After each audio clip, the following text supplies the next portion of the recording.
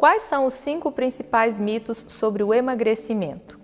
Gente, aqui eu separei os 5 principais, ao meu ver, nesses mais de 12 anos de consultório. Eu já vi muitas coisas entrarem como assunto pauta do momento e caírem no gosto das pessoas e depois saírem de moda ou ainda continuar repercutindo. E como nutrição dá pano para manga, eu separei aqui os 5 que eu já vi que causam mais polêmica.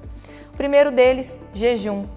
As pessoas têm uma porção de crenças relacionadas ao jejum e aí acreditam, um dos mitos principais, que para emagrecer a pessoa tem que fazer jejum. E não tem que fazer jejum. O jejum ele é uma das estratégias possíveis para emagrecimento e essa não é a única função dele. Então sim, esse é um dos mitos que eu vejo que está rodando na boca do povo e é um dos mitos mais atuais, inclusive. Segundo mito, que a pessoa, para ela emagrecer, ela tem que fazer low carb. Gente, a alimentação das pessoas precisa ser prescrita de uma forma individualizada. E se a gente está falando aqui de comer a alimentação, alimentos preferencialmente naturais, dificilmente você vai atingir uma grande quantidade de carboidratos. A questão é, a dieta ocidental ela é muito cheia de alimentos industrializados, então tem muito pão, muito bolo, muito biscoito, muito snack, tem sobremesas que, por mais que elas sejam pequenas, tem uma densidade calórica muito grande de açúcar, gordura, farinha. Então não é que a pessoa precisa comer alimentos dentro de um contexto com o nome low carb. Uma pessoa que se alimenta com uma alimentação prioritariamente com comida de verdade, que são frutas, verduras e legumes, pelo menos 400 gramas por dia desses 3, no total, tá gente? Não é 400 de cada uma não. Pessoas que se alimentam com pelo menos 400 gramas de vegetais por dia, Lídia, é 400 para todo mundo? Não, isso aqui é uma orientação, uma informação generalizada. Para um homem super alto com uma massa corporal muito maior, óbvio que não vai ser só isso. Da mesma maneira que dependendo do objetivo da pessoa, se for de emagrecimento, não vai ser só isso.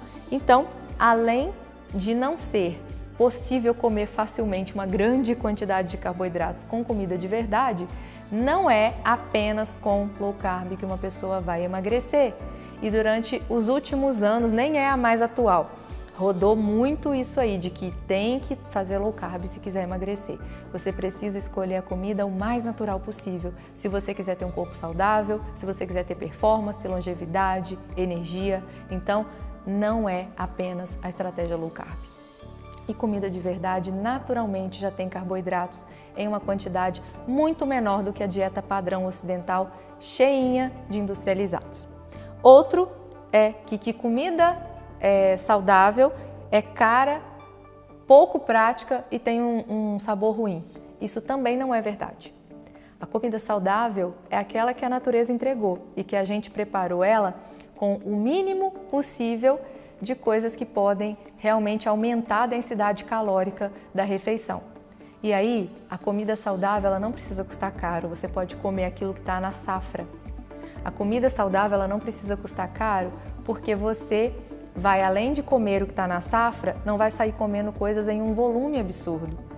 E ela não é ruim e nem pouco prática, porque dá muito mais trabalho fazer receitas elaboradas do que você pegar o que a natureza entregou. Por exemplo, legumes no vapor, legumes grelhados, uma salada bem caprichada.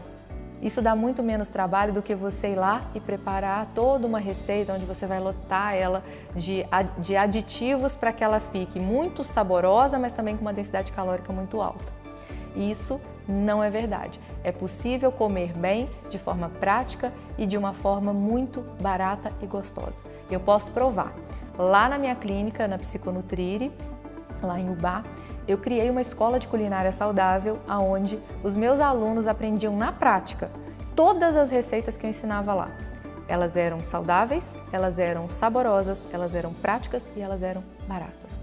Era a regra. Só entrava a receita que coubesse dentro dessas 4 regras, porque assim eu matava a objeção que as pessoas tinham contra a comida saudável. Então isso é um mito.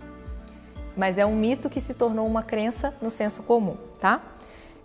Eu preciso cortar glúten e lactose se eu quiser emagrecer. Isso também não é verdade.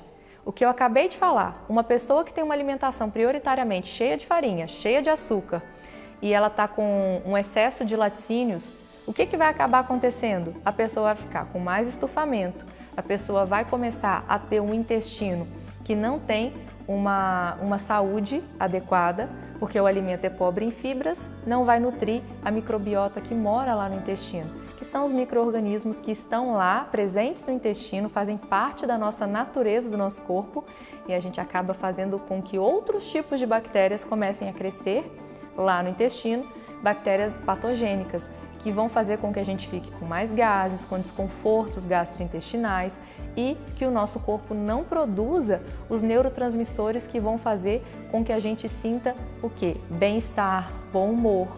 E aí vai ficar com maior ansiedade e vai acabar descontando na comida. Então, não é que o glúten e a lactose, eles fazem mal para a saúde.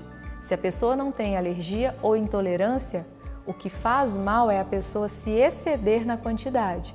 E vem cá, a dieta ocidental, as pessoas querem passar o quê? O dia inteiro no pão, o dia inteiro com massa, o dia inteiro com açúcar presente nas refeições, com um monte de aditivos, com molho de todas as formas industrializado. E aí é um fato que não é glúten e lactose, e sim essa exposição excessiva a alimentos industrializados que acaba atrapalhando o emagrecimento. É fácil comer em volume calórico alimentos de pequeno tamanho que tenham uma quantidade grande ali no preparo de farinha de trigo e quase não tem fibra. Então, errar a mão com um pacote de bolacha recheada é muito fácil. Não vai te encher e você vai conseguir comer o pacote todo e só num pacote de bolacha recheada vai ter 2.000 calorias, que é o que uma pessoa adulta precisaria comer em média para ela poder sobreviver todos os dias. Não todo mundo, mas uma média, certo? E, por fim, e não menos importante, para emagrecer tem que fechar a boca. Isso não é verdade. Se você quer emagrecer, você precisa fazer boas escolhas, colocar o seu corpo em movimento. Para emagrecer, precisa fazer escolha de alimentação mais natural possível, porque assim você vai nutrir bem o seu intestino, porque vai ter a microbiota do intestino recebendo todas as fibras pré e probióticas que precisam ali para a gente poder nutrir o nosso intestino adequadamente e, consequentemente, o nosso humor vai ficar mais regulado, a ansiedade não vai ficar excessiva, você vai conseguir ter a produção do hormônio do sono, que depende de você ter serotonina, que é produzida majoritariamente no intestino, em quantidades adequadas para que produza a melatonina, o hormônio do sono. Então, tudo vai se regulando a partir das escolhas alimentares. Então, se você quer emagrecer, abra a boca para os alimentos certos. Abra a boca preferencialmente para aquilo de mais natural que existe disponível para você se alimentar.